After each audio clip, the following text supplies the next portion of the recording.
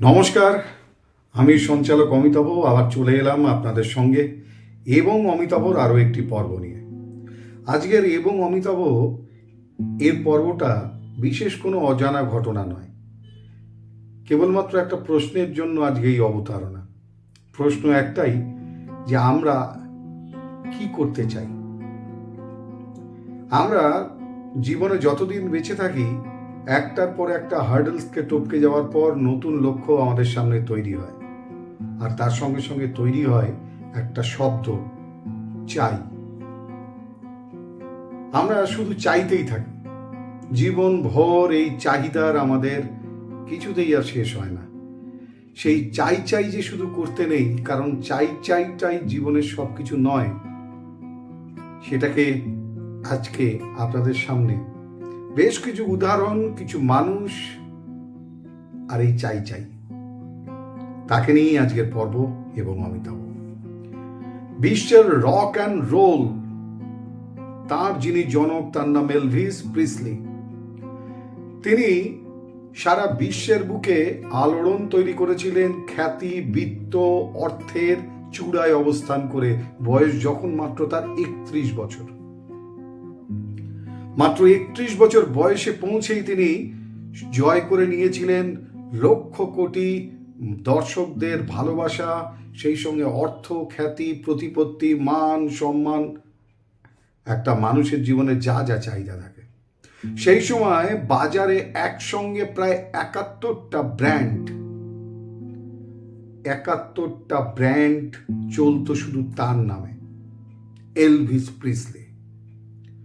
পৃথিবীর প্রথম শিল্পী তিনি, যার ব্যক্তিগত জেটে যাতায়াত করার মতো ঐশ্বর্য ছিল।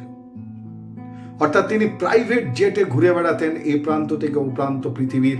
তিনি প্রথম ব্যক্তি শিল্পী হিসাবে।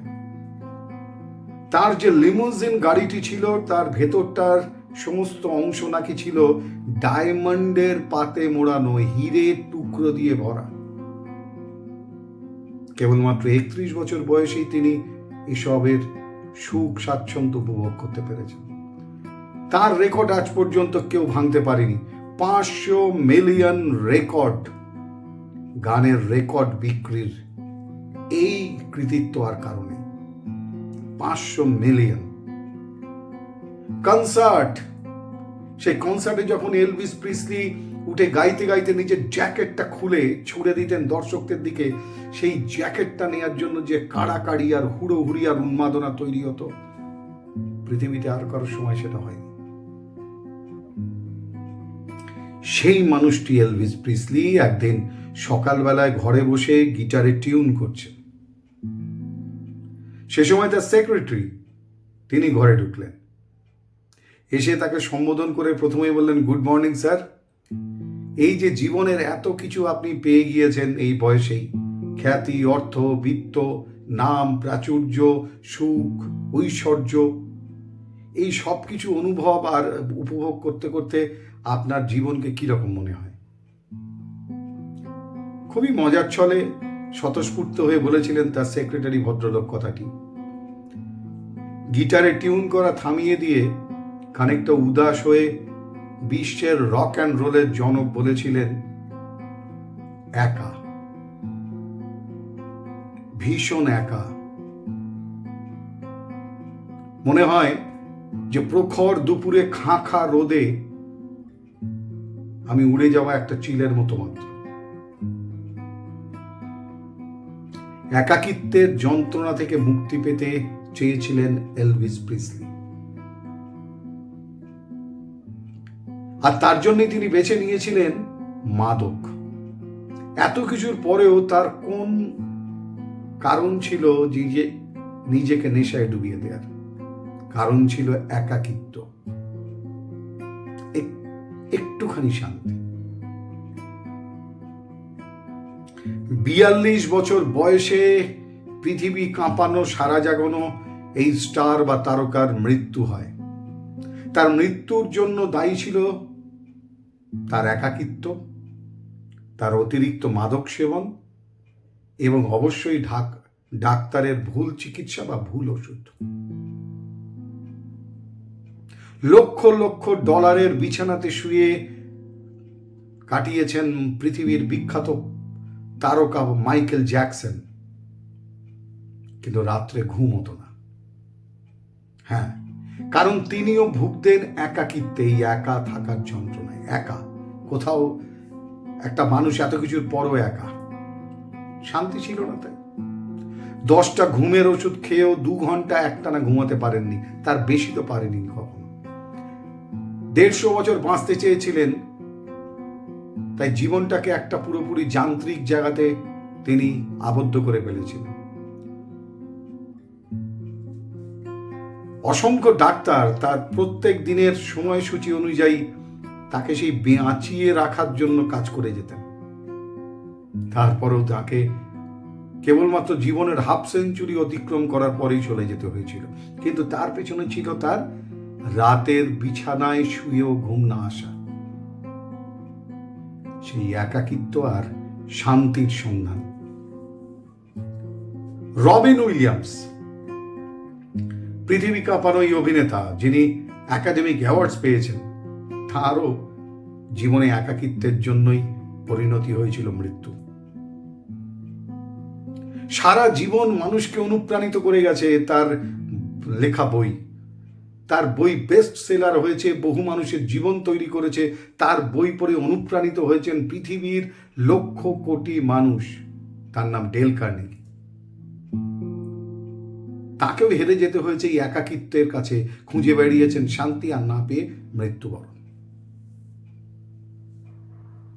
একই পথের যাত্রী এরা সবাই। সারা জীবন যিনি অনুপ্রেরণার গল্প শুনিয়েছেন, তিনি একাকিত্ব ভুগে গিয়েছেন। গ্রেট, এই শব্দটির সঙ্গে পৃথিবীর যতগুলো মানুষের নাম যুক্ত হয় তার মধ্যে অন্যতম নেপোলিয়ন বোনাপার্ট।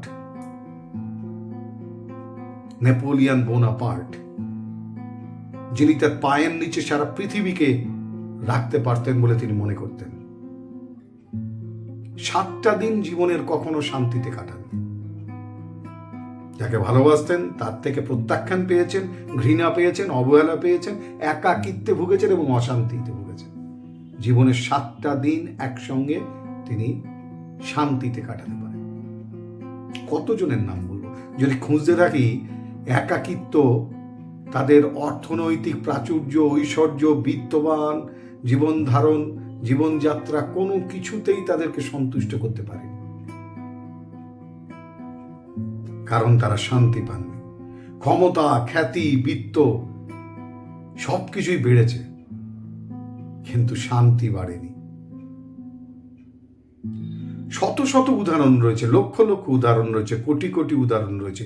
মানুষ দৌড়াচ্ছে, সবাই দৌড়াচ্ছে, আরো চাই টাকা, টাকা, টাকা।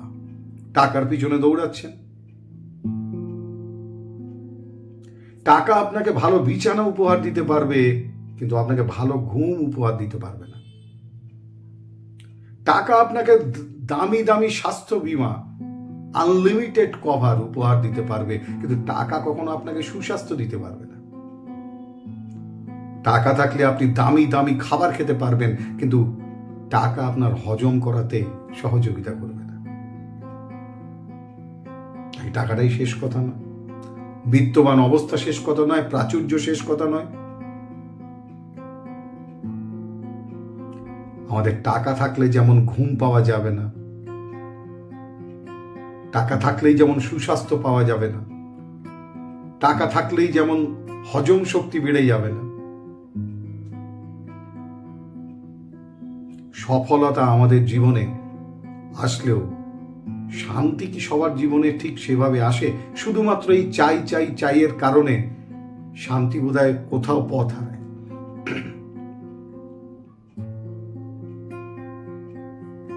এই মানুষগুলোর কথা এই কারণে বললাম, তাদের কাছে কোনো কিছুর অভাব ছিল না। সাফল্য তাদের জীবনে খুব অল্প বয়সেই তাদেরকে ছুঁয়ে গিয়েছে, কিন্তু অভাব যেটা ছিল সেটা হচ্ছে এই একাকিত্বের মধ্যে শান্তি খুঁজে বেড়ানো।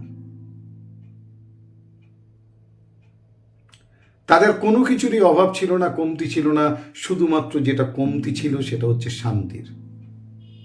আমরা শুধু দৌড়ে বেড়াচ্ছি, শুধু চাই চাই, তাই শুধু চাই চাই করতে নেই। মানুষ যখন হাত দিয়ে কাজ করে তখন সেই কাজটাকে বলে শ্রম। শারীরিকভাবে কাজ করে, হাত দিয়ে কাজ করে।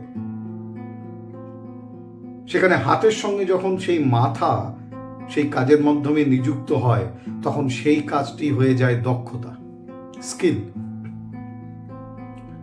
যখন আপনার হাত আর মাথা একসঙ্গে কাজ করে তখন সেটা আপনার দক্ষতা বা স্কিল। আর আপনার হাত, মাথা এবং তার সঙ্গে যখন হার্ট অর্থাৎ আপনার হৃদয় অর্থাৎ আন্তরিকতা যুক্ত হয়ে যায়, যখন ভালোবেসে আপনি কোনো কাজ করেন তখন সেটা হয়ে যায় শিল্পকর্ম, আর্ট। যখন আপনার হাত, মাথা, হৃদয় বা আন্তরিকতা বা ভালোবাসা তার সঙ্গে যখন আধ্যাত্মিকতা বা যুক্ত হয়ে যায় তখন জীবনে আসে শুধু শান্তি। তখন জীবনে যেটি আসে তার নাম শান্তি। তাই স্পিরিচুয়ালিটি বা আধ্যাত্মিকতাবাদী আমাদেরকে নিয়ে যায় স্রষ্টার কাছে। আর তখনই আপনি উপলব্ধি করবেন আপনার জীবনে ঠিক এই মানুষগুলোর মতো, অসংখ্য সফল মানুষদের মতো, Michael Jackson, Elvis Presley, Robin Williams, Dale Carnegie, Napoleon Bonaparte, তারা যেটা পাননি আপনি শুধু আপনার কাজের সঙ্গে আপনার আধ্যাত্মিকতাবাদ যোগ করে সেখানে পৌঁছাতে পেরেছেন, কারণ আপনি শান্তির সন্ধান পেয়েছেন। সামান্য একজন পথশ্রমিক, সামান্য একজন শ্রমিক, সামান্য একজন রিক্সা চালক, সামান্য একজন কাজ করা মানুষ যিনি দিনে 200, 300, 500 টাকা রোজগার করেন কিন্তু রাত্রে বিছানায় শুলেই চোখ জুড়ে তার ঘুম আসে। আর এমন মানুষ পৃথিবীতে বহু রয়েছেন যাদের লক্ষ লক্ষ কোটি কোটি টাকা ব্যাংকে, কিন্তু রাতের দু চোখের পাতায় এক হয় না। একটা মানুষ যদি জীবনে সবকিছু পেয়ে যায় না, তাহলে তার বাঁচার ইচ্ছেটাই থাকে না। তাই 300 টাকার শ্রমিক রাতে শান্তিতে ঘুমায়, 300 কোটি টাকা ব্যাংকে থাকা মানুষটার দু চোখের পাতা এক হয় না। আমাদের জীবনে এটাই শেখায়, শুধু চাই চাই করতে নেই। বিবেকানন্দকে একবার জিজ্ঞেস করা হয়েছিল যে বিষ কি, হোয়াট ইজ পয়জন। বিবেকানন্দ স্মিত হেসে বলেছিলেন, প্রয়োজনের অতিরিক্ত সবকিছুই বিষ।